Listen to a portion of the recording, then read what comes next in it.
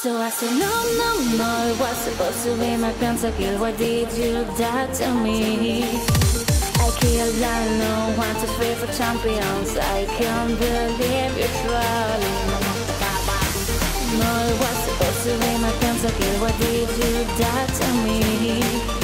I killed no one to free for champions. I can't believe you're trolling. Wait a minute!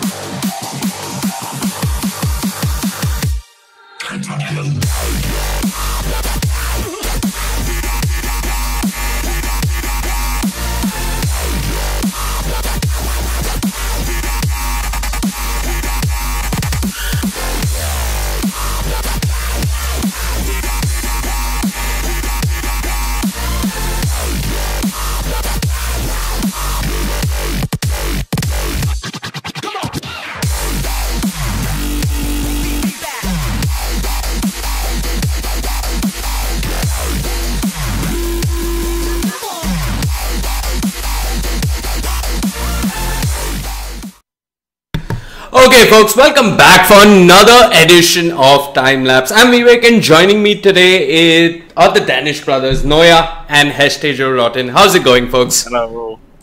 It's going awesome. Yeah?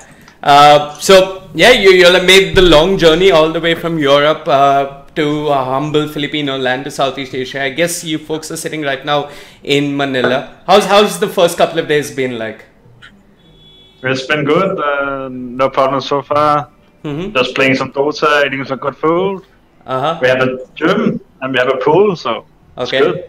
Okay, have you guys had balut yet? No. I'm a little scared about that. Okay.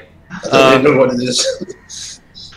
I think, yeah, anyways, yeah, Philippines is a strange place, and I mean, I'm just going to dive straight to the heart of the matter here.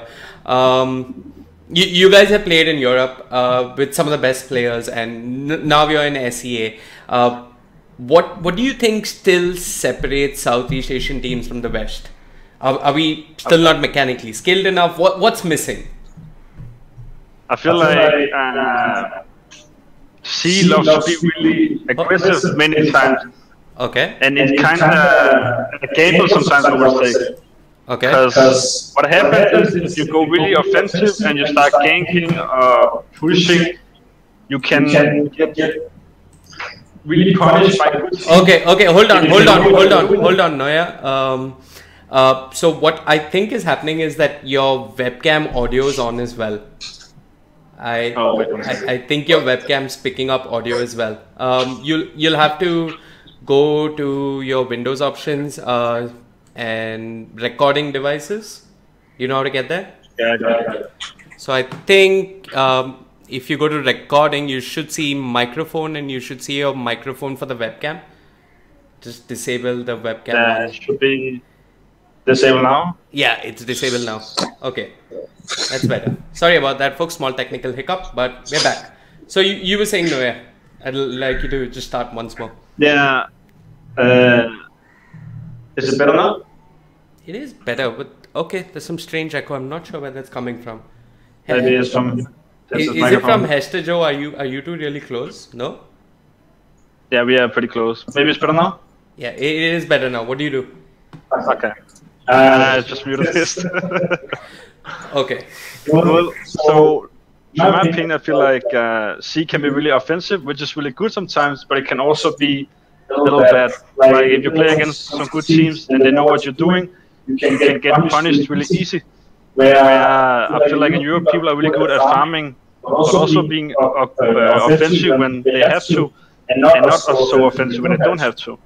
So I feel like there's a lot of the things that happens in C. For example, execution and like Boom ID and other teams, they are really offensive, which is good sometimes. For example, Boom ID versus Fnatic the other, like for a few days ago, they beat Fnatic because they were really offensive and they killed them all the time, which is really good.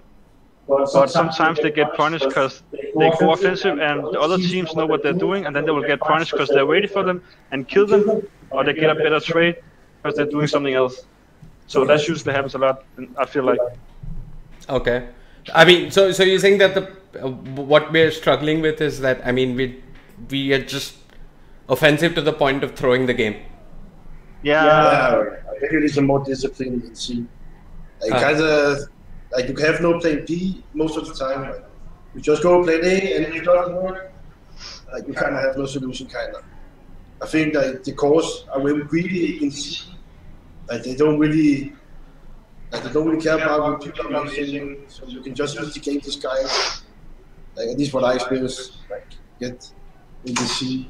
People are just so greedy. But in Europe, like people like to stay together.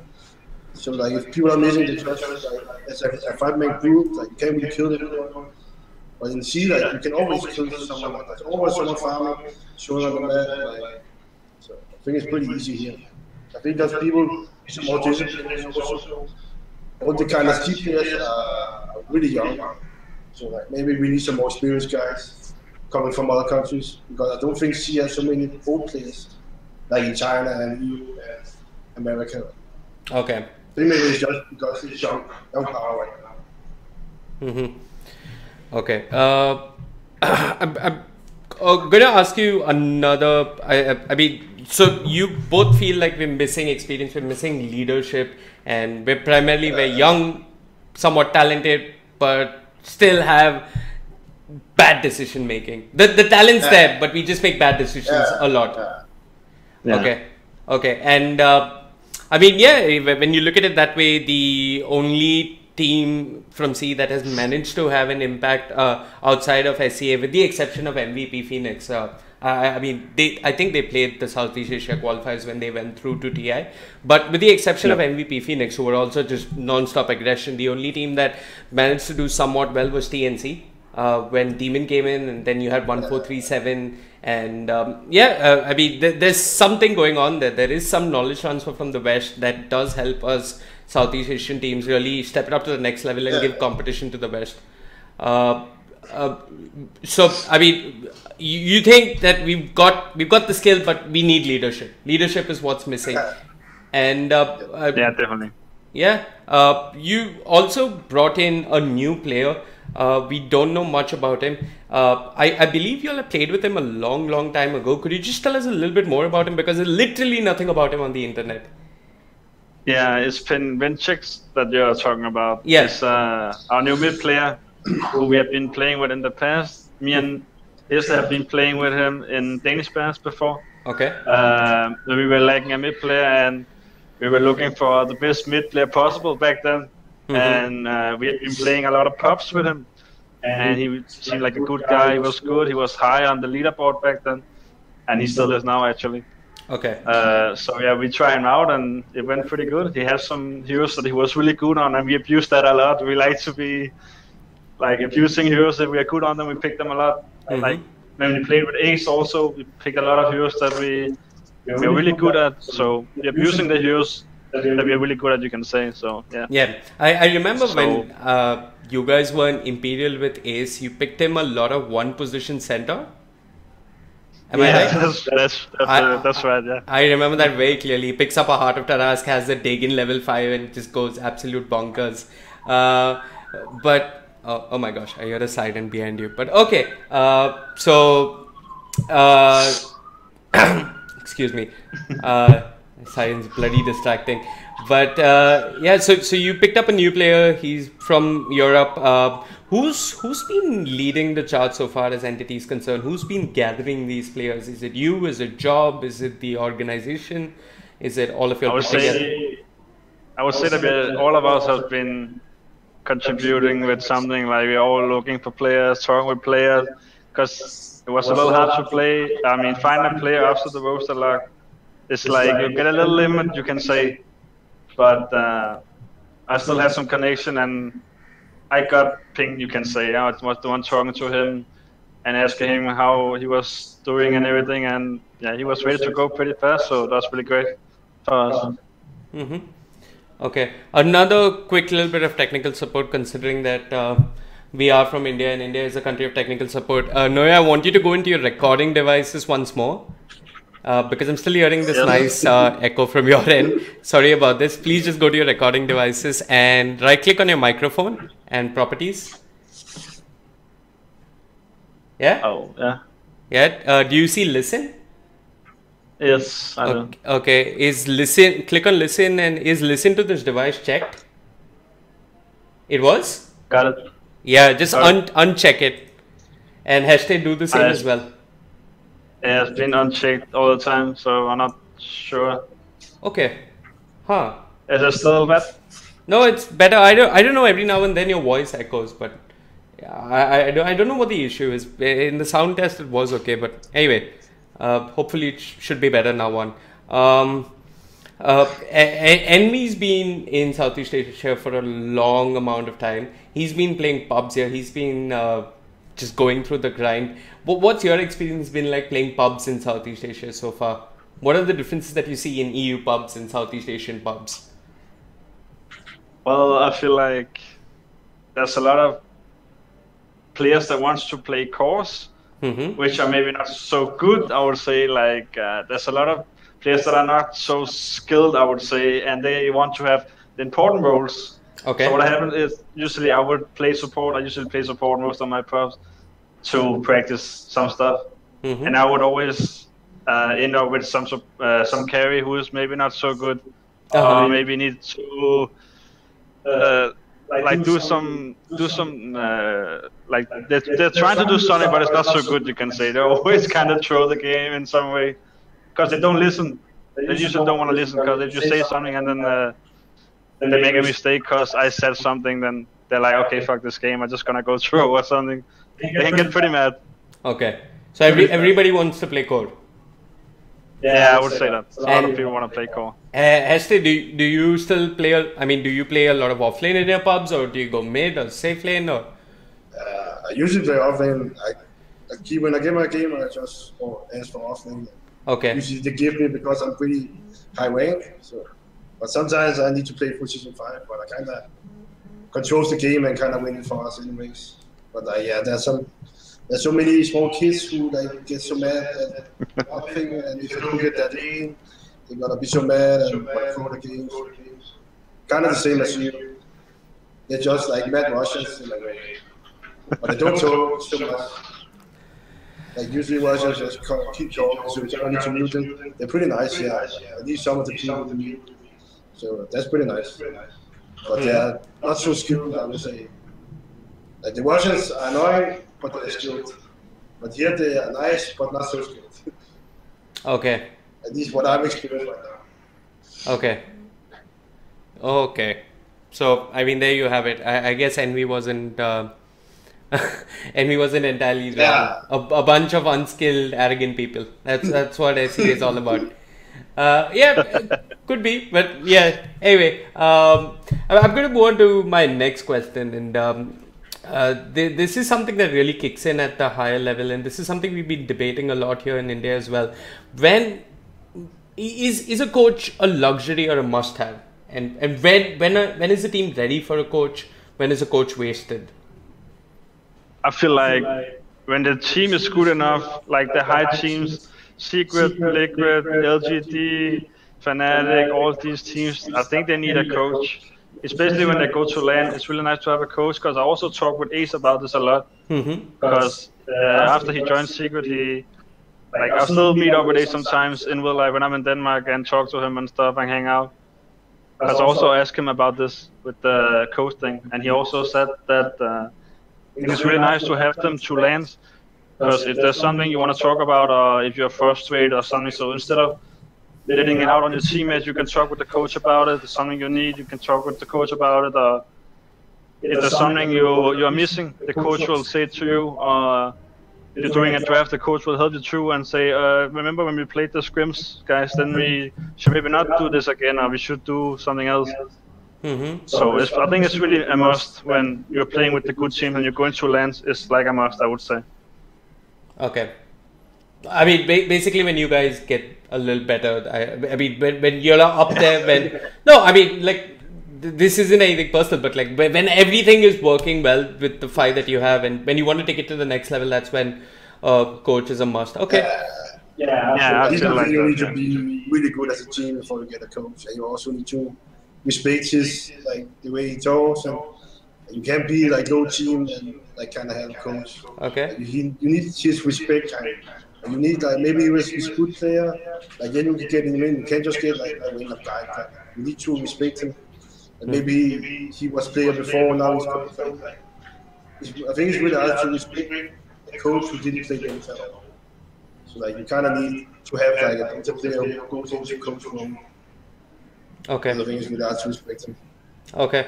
I'm going to do a little bit more troubleshooting. I'm really sorry about this, but there's so many people who want to hear you guys nice and clean, and for some reason there's some echo coming through from both of y'all. I'm really sorry about this, guys.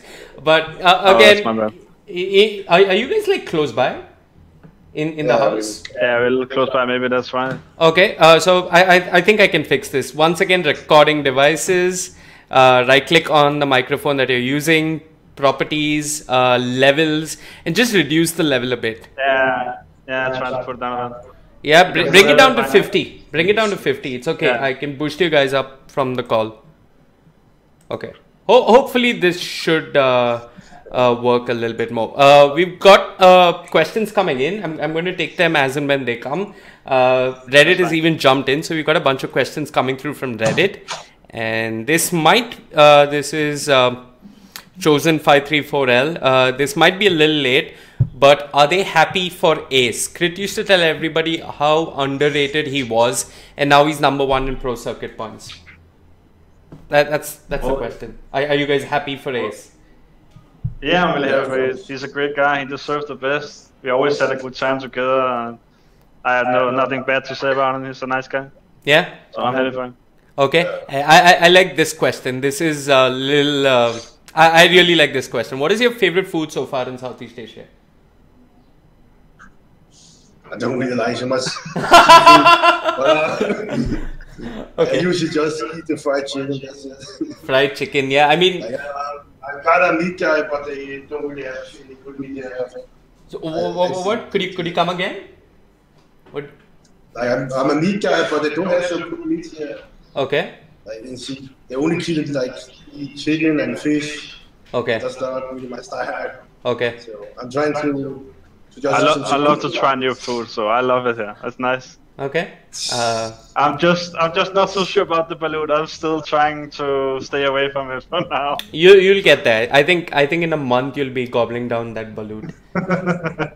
Maybe once at least. Yeah. We'll try it. Yeah. And okay. Another thing and this is for HeStEJoE in particular. You've been playing the offlane for donkey's years, like since ages. And I mean, like, unfortunately, when I go to Google about you guys, there isn't much. But there's this one clip that somebody made of HeStEJoE playing Puck, where he took someone on a wild goose chase from the dire tier 2 tower all the way to where the Radiant Shrine is right now near the safe lane. You've been playing the off lane for really long. How's the off lane changed since then and now, and what are some of the biggest changes that you've seen? I actually used to play mid. Like, okay. The first 2 years of my career, I played mid. Mm-hmm. And I'm kind of like H4 in a way. I also changed. I like these active mid heroes, but like kind of changed to more carry style hero. So I changed to offlane like H4, and like it changed in a weird way because like first there was no shrines. Then we kind of just was dueling a lot with me and NoiA. Like we like to dueling a lot.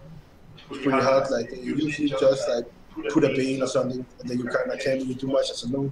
I kind of wanted these duelings, but then like the shrine came out, and you could beat that alone, and like maybe you could kill this like position 5 guy alone, or at least annoying to like so you didn't have it reach, so you just go position 5, and then you go back in the lane, and then he's pretty far on this like position 5 guy. But now they changed the shrine again, so it's a bit weird now. Like you kind of need to help again. Because now they also remove the iron tank, so you can't really go woods if you fuck up on the off lane. Yeah. So now it's kind of like you want to do lane most of the time at least. Sorry, could you repeat that last sentence? Now that iron talent's gone, it's like what? Yeah, after iron talent, like you just like if you fuck up on off lane, you can just buy iron talent. Correct. But then they remove that, so it's kind of back to the dual off lane. Okay. Okay, I mean, so you're basically saying like right now the offlane's so hard, and if you fuck up early on, you have no backup with the iron talent, so you got to run a dual offlane, almost. Yeah, because usually in like pool games and capture traps, you kind of pick your offlane as like number 3. So like most of the time, like you get countered by the carry, so you kind of can't do much. Like you pick Omni-Knight, you pick up yourself, like and you need to track the creeps. You can't do so much. So kind of you want to do it offlane, or else like you just need to stack him completely, and he will make a combat later in the game. Yeah, I mean, this is like an everyday thing in Southeast Asia. You either if you pick Omni, you have to ban Razor. If you don't ban Razor, you're gonna have Razor in your lane, and it's like horrible. Exactly. I've been watching all these Southeast Asia qualifiers, and it's just Omni-Knight Razor or Omni-Knight Monkey King, and what do you do? I mean, it's a really hard time to be an offlaner as of now. You guys have got this roster going a little bit late. I mean, we are edging close. I think there aren't too many DPC points up for grabs. What's like the immediate plan, so to say, with Entity? What are you guys hoping to accomplish? Well, I always want to be the best team, so I just want to be the best. That's always my goal. Mm-hmm. I guess we just take one day at a time and do our best, and then the results will come eventually, I guess. So okay, yeah, just need to work hard for it. Okay, fair enough. Have you guys started scrimming? What's the experience been like? Have you guys started scrimming, or still just a lot of solo matchmaking for you folks? Yeah, we're playing some scrims. We have been playing for a few days now on scrims. Okay. It's pretty nice to get going. Okay. Because there was a long break because with the player change and stuff, and one day and stuff. So you just keep going now. The few days that we are playing, so it's pretty nice. Okay. And communication so far is not an issue, is it? Yeah, it's pretty nice. It's pretty easy. Okay. Filipinos are pretty good at English, so that's pretty good. Okay. Yeah. Fair enough. I'm going to come back to Ace. You guys played with Ace in Imperial, in Danish, where I think even in Cloud9. Did you guys always sense that, man, this guy's going to be going places? And have you felt that way about another teammate since then? Not really, I would say, I think. Ace always been good. He's also guy that works hard, practice stuff. Like, it could be anything. For example, if like there's a lot of Enigma roots in a long time ago. And even though Ace doesn't play Enigma because he's carry, he would go in the lobby and practices Enigma Woods for an hour, 2 hours to see how good it was and how it worked. So he would have a feeling about it. He's really like a try-hard guy, which is really like you kind of get blown away sometimes because he works so fucking hard. So it's really nice to see him get a nice team because he's a good guy. He plays good, like just good. So I'm not really surprised he got picked up by Secret, to be honest. Okay. And HeStEJoE, you even stood in for Secret, right? You stood in for Fata for a couple of games at PGL. Am I right?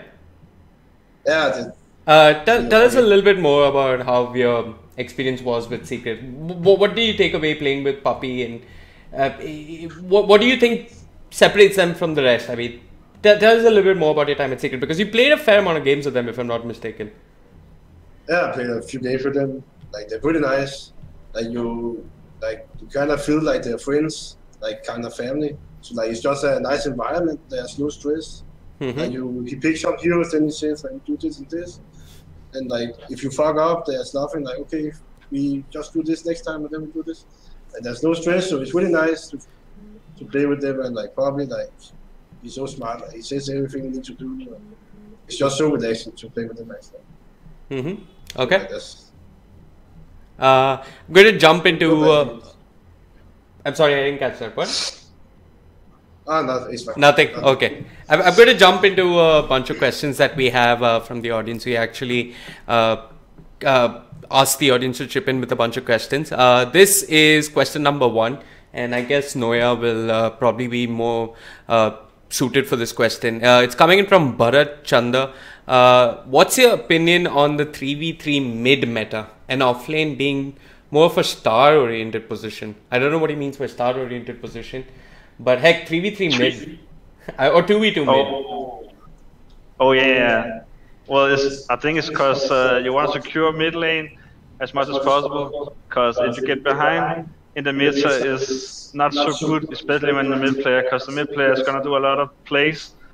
So sometimes I guess it means that you want to help the mid, so it's going to be 2 versus 2, but sometimes people bring another player in to help mid lane also, because sometimes the supports doesn't need to support the carry, because maybe you counter the off lane with your carry, so you want to go in and gank mid again, and then the other team doesn't really have much else to do to bring their support also, because you really want to secure both mid lanes on both teams.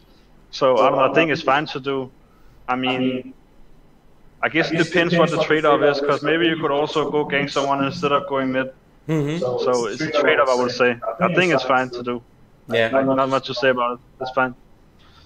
Yeah, I mean, if I remember correctly, the entire idea for support helping mid, I think it began sometime around TI2, when Puppy used to play Chen and he used to help Dendi. I don't think any other team used to do it until then. And I think Navi were the like Puppy used to just constantly have a neutral creep at mid, and then the cancer started. Mid is no more the mid lane anymore. It's always a bunch of supports and a core in there. Arvind has at least a good 5 questions for you guys, so this should be a lot of fun. I mean, what can I say? You guys have a lot of fans. Will you guys be playing in the Epicenter Madness qualifier? Oh yeah, that's a good one. Yeah, why not play any qualifier possible, I guess. Let's go. Just needs to play. Keep playing. Okay. It's, I mean, this is like a worldwide open qualifier, right? So, I mean, he's even asked, would you consider a brief trip to Europe for ping issues? That'd be fun. I mean, I don't know. I guess that's up to the org. We'll let the entity organization answer that. Also, given that there are only 5 or 6 tournaments in the Dota Pro circuit that you guys can qualify for, what plans do you have? I think NoiA already sort of answered this. Yeah, we just want to play everything we can, to be honest. We just need to get games, practice, and even qualifiers is good practice. So even though we won't maybe make all of them, we're going to do our best. So we're going to play everything possible. Okay. Third question, same chap. How are open quals different from LAN tournaments? Do you play differently in different formats? I think in open qualifiers you are not 100% prepared, I would say. and sometimes you can get a little bit cheesed, as in they pick a hero you're not really 100% sure they will pick, like maybe Broodmother, Let's pick or something, and you could maybe you will forget it after playing so many games, especially if an open qualifier, because you play a lot of games. So what happens is that sometimes you maybe forget a pick or forget a hero, and then it can go wrong. So at least that's my experience. It's just kind of hard to keep your focus in open qualifier. You meet a really bad team, and then suddenly you meet a really good team. So like you kind of get into an easy style. Like, these guys are so easy. And then, oh shit, man, they're playing so good this game. Like, so you kind of need to be on your toes, like be ready at all times. So it can be hard sometimes. Okay. Your team is fairly new and yet to debut together. How are your scrims coming along, and what do you think tier 1 teams do differently that they consistently qualify and win tournaments? That's the question. I guess how are scrims coming along? Well, yeah, scrims are fine. We win some, we lose some. We kind of trying to find out how we want to play. You can say, and what we want to do, what our timings is and stuff. Because it's a little different when you play with another carrier and a mid you haven't been playing with. So yeah, it takes time, but things are fine, I would say. The other question was what again? What do you think tier 1 teams do differently that they consistently qualify? Yeah. I think they just play a lot and they play good. I think they're like in the zone, you can say. Okay. So they just play good all the time, and they also scrim against good teams. Usually when you scrim against really good teams, you're kind of getting in a good flow, and you kind of just have something nice going. So I think that's kind of right. Okay. And this is his last question. It's a little tricky, but I think it deserves to. I mean, we'd like to hear your perspective. What happened with Arise? That was many weird things with Arise. Like most of all is like he didn't want to move to see. It was way too hard for him because he had his family back home and stuff, but he couldn't really. Like, he didn't know how to say it in the right way, so he kind of still thought that he was coming, and then he just said it way too late. Then he didn't want to come anyway. Okay. So it was a bit weird. Okay. I guess you guys. I mean, this is really tricky. Who's deciding to put all these players together? Is it NoiA? Is it TR? You guys wanted Arise, right? Me, NoiA, and Arise played together like 6 months. Okay. Together in Europe and tried to make a team going, but okay. Like we couldn't really get the right fit, and then like he contacted us and they have John, like the position 5 guy, and he wants to make a team with us. It kind of started that way. Okay. I have lost NoiA. I think that's a problem. Okay. NoiA is quickly reconnecting. We should have him up and going in a bit.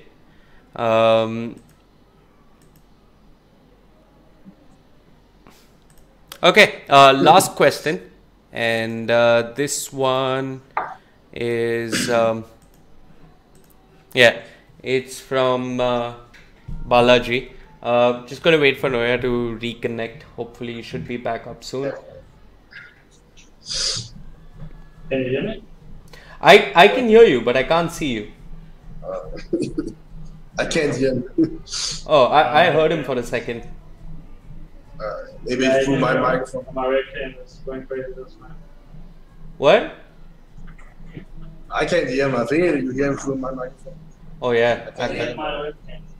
Yeah, I'm actually hearing him through your microphone. Jesus.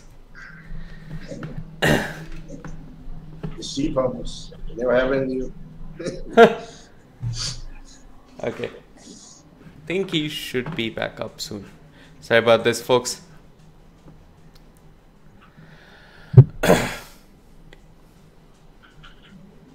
NoiA, did your webcam? There you go. There we go. There you go. Okay.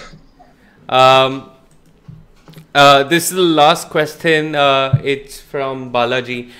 With competitive gaming, you often see egos overcome certain players. in your opinion, who's the most humble professional Dota 2 player you played with? Whew, that's a hard one. The most humble one, I think GH is probably one of them, I would say. He's a really humble guy, he's a nice guy. Okay. He never flames, he never says anything, he's just always positive, plays good. I don't know what to say. Okay. Humble number one, I think. Okay. HeStEJ, most humble guy you ever played with? Probably the same. Probably the same. GH? I can't really. GH, I played some FPL with him. He's really nice. Okay. There's no stress, so it's really nice to play with. Okay. I think that's pretty much about it for today. We've run through most of the questions. Thank you so much. Thank you so much for joining us on this podcast.